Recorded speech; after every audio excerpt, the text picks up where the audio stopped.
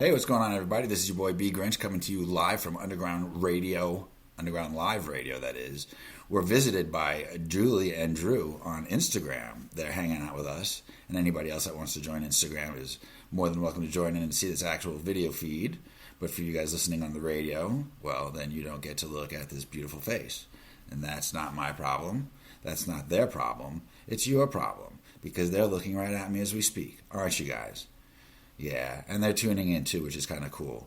So I'm not by myself here because my co-host, well, she came down with a slight case of depression, so she's not able to join us. And I tried to get my co-host on my new Underground live show, bgrynch live show, bgrynch and Brittany Bitch, but unfortunately she had a purple face. Yeah, well, she was taking hair dye out of her hair, and it turned her face purple, so she wasn't able to make it, and it's just us.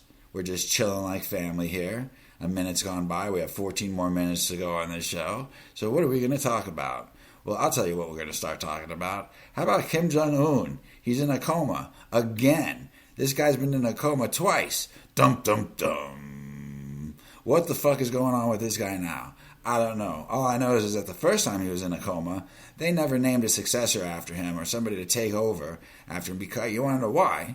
Because the guy wasn't in a fucking coma. It was a fucking hoax. He had a cyst on, it was either his wrist or his ankle, and if he didn't get the cyst removed, it was going to grow bigger and bigger and be as fat as him. Because that guy is nothing but, he's like 4'2", 200-pound, chain-smoking, pork-eating, fucking disgusting human being that's from North Korea, happens to run North Korea at 20-something years old, has a brain like a 5-year-old, and he's in a coma again.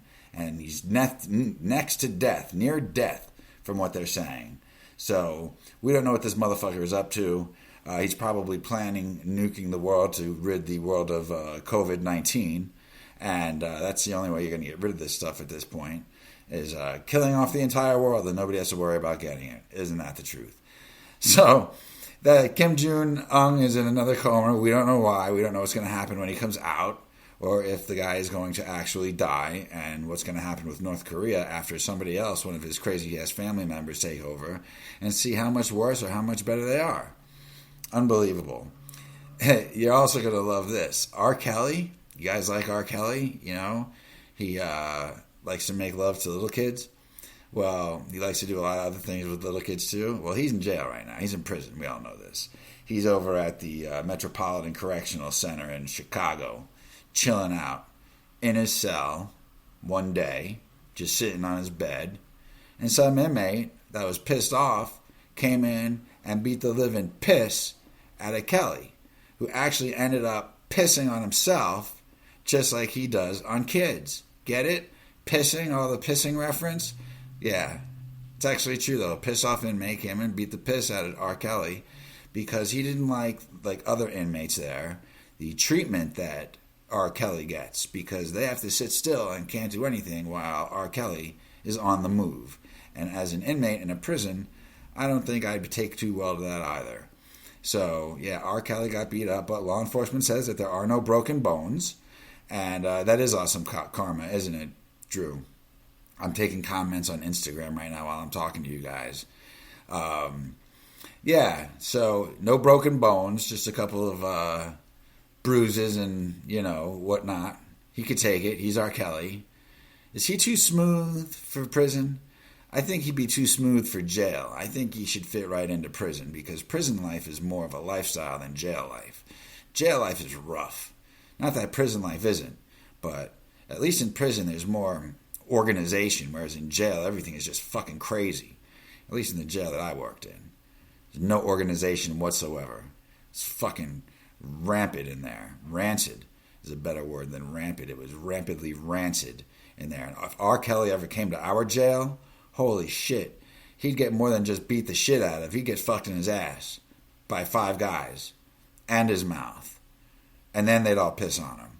And then they'd all laugh while he was curled up in the fetal position and crying like a baby covered in human urine. And just like he likes to cover little girls in his human urine. He's a disgusting human being, and he deserved to get the piss kicked out of him. And quite honestly, I'm not going to lose sleep over that at all. Basically, That's all that I came in here with as far as material is concerned, because I was supposed to have a co-host that was supposed to be here with me to do the show. But I have no co-host, and I'm running here by myself with absolutely no material. So we could try and freestyle wing it. If somebody on Instagram wants to give me a topic to talk about, I'd be more than happy to do it. But right now, my radio viewers, they're getting very bored because they don't have the opportunity to look at me like you guys do. And they're saying to themselves, if this guy don't say something interesting in a fucking second, I'm going to fucking turn him off. We can't have them turn me fucking off. So let's talk about my post on Facebook today asking gentlemen, and it's so funny, the ratio to women friends I have to men friends, because it's females that are constantly commenting on my posts and very little percentage of males, just like watching my live stream show. My female audience is like 95% of the audience, and there's like only like 4% that are actually male, and there's 1% that is in the LGBTQ community that support me. bgrynch.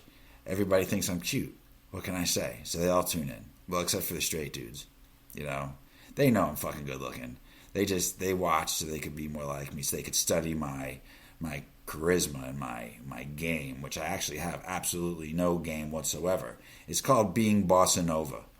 Okay, I gotta go on bossa nova. And what bossa nova is, it's a smooth Brazilian jazz type of music and drum beat that's played in coffee cafes in Brazil and in Portugal. Even Spanish people got to go on bossa nova. But that's how bgrynch got it. He got to go on bossa nova, and it's all good like that. And I totally forgot what I was talking about. The reason why males actually watch the show. Because they want to get the whole 90s look back down like I do. Isn't that dope? Yes, I'm definitely a product of the fucking 90s, and I haven't escaped. Because quite honestly, let's face it, during the 90s, I was raising a little kid. So I was all of about 7 years old my entire 20s life. Even when I was fucking working in the fucking jail that I know R. Kelly would have gotten gangbanged in. I'd still come home and then come back to being like a 7-year-old, enjoying raising my son. So I really didn't get a chance to live my 20s outside of working. I lived it through the world of a kid, and it was quite awesome because technically I'm talking to two women here, so they're all like, oh, this is so cute. But it's actually true. I turned into a little kid, just like my son when he was a kid. The only difference is mother her calls, and I try and hop back on in a few. You got it, Jules. I'll take it easy. It was nice for you to turn in. So Jules is out. She's like, I had enough of this motherfucker. I'd rather do other things than listen to him fucking talk about his kid. I once made a fucking statement that raising kids, if you say it's hard, then you ain't doing it right. And Julie actually got mad at me. She's like, you don't know what it's like to be a mother raising a kid with 3 kids. I'm like, well, I wasn't talking about women with 3 kids. I was talking about a dude with 1 kid. It was fucking easy for me. You want to know why? Because I acted like I was 7 when I was with my son. Even though I had a lot of stressors going on at that time, I still relived my childhood through my son. So the only difference between the two of us was I had a wallet full of cash and a convertible Mustang GT, and we would fucking hit it, whether it was hockey games or the fucking carnivals, wherever the fuck. Dude, that kid got everything he wanted in life. Man, me and him are so fucking tight, it's ridiculous. As a matter of fact, I should be getting a call from him in about 45 minutes when he's on his way home from work, because that's how we got it going here in the Rubin family. We got it going bossa nova. What's going on, Glenn? How you doing? Thanks for tuning in. We're on the radio show. We're in the 9th minute of our radio show. This show is 15 minutes long. So we try to hit the post right at 15 minutes. We see how good we can do doing that. That's a radio term, by the way, hitting the post. It's when you're supposed to go to commercial, and you got to get your last word right on like either commercial or a song right before that fucking song starts, or that commercial starts. It's called hitting the post. So we try to hit the post right at 15 because this broadcast on the radio here tunes right out at 15 minutes. So I got to get my fucking keep it real, love each other piece in right before that fucking 14:59 mark hits. It's quite a fucking challenge sometimes. Hit it last week when Riley was on the air, who's been strucken down with a hard case of depression. I wasn't going to bring a drink with me actually. Now I'm kind of needing one. And like I would normally do on camera, I would just walk away with the camera. But I'm actually on the radio right now, and I can't exactly do that and bring the mic with me. So getting a drink is out of the question. And anything special you guys want to talk about on Instagram? Because you can see that I'm fucking hitting the dirt here. All right? I'm talking about my fucking kid, who nobody's really interested in. Let's face it. He's 26 years old. He's smarter than I am. And that's the fucking way it goes. We got Bonnie commenting on the podcast, who might be watching actually live on Facebook, if this is actually coming through live on Facebook. Right now we're supposed to actually be coming live on Facebook and live on YouTube all at the same time while I'm live on Spreaker and live on Instagram. That's what's cool about the radio show. Ben's got a bad case of the smokes. Well, dude, go do yourself a favor and go smoke yourself to death. Because that's got a bad case of dying when you smoke. You get cancer, your lungs get filled with tar and tumors, and you die. And if you have a parent out there or know somebody that's died of lung cancer, I'm sorry to be so blunt about it, but it's the truth. You know it. That's why they died. And I feel sorry for you. Nobody should have to die that way. It's bad. I don't get it.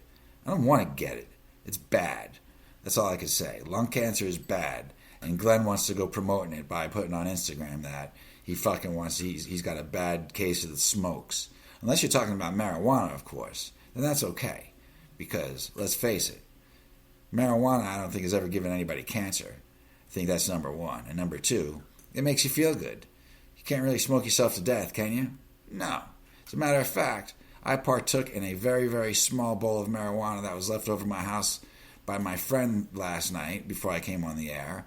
So once again, yes, I am operating under the influence, but no one really gives a shit. Death is the last great adventure. Hey, Glenn, you run with that, buddy. I'm going to stick around here and live out my adventure right here on Earth. You know what I'm saying? So even though we're in hell already and we're all dying right now and being tortured to death, death is actually a great relief, I would suppose. But I'll take the hell for right now. I'm having fun. You know, when you're schizophrenic and you live in your own world, you know, of medicated bliss, things aren't so bad here. You know, the sun is always shining. Although, as most of us might know or might not know, I'm having problems with my Facebook girlfriend. Things aren't good there. Fact is that she has a boyfriend. That's probably the biggest obstacle of all. And things are getting rough and tough in old bgrynchville. You know, the love life of bgrynch. What can I say? You fall in love with a girl who has a boyfriend, she falls in love with you, but it's too fucking stupid to leave the fucking boyfriend. I don't fucking get it. I don't want to get it anymore. I'm over it. I'm totally fucking over it. Drew knows what I'm talking about. Yeah, it's good. I stopped texting.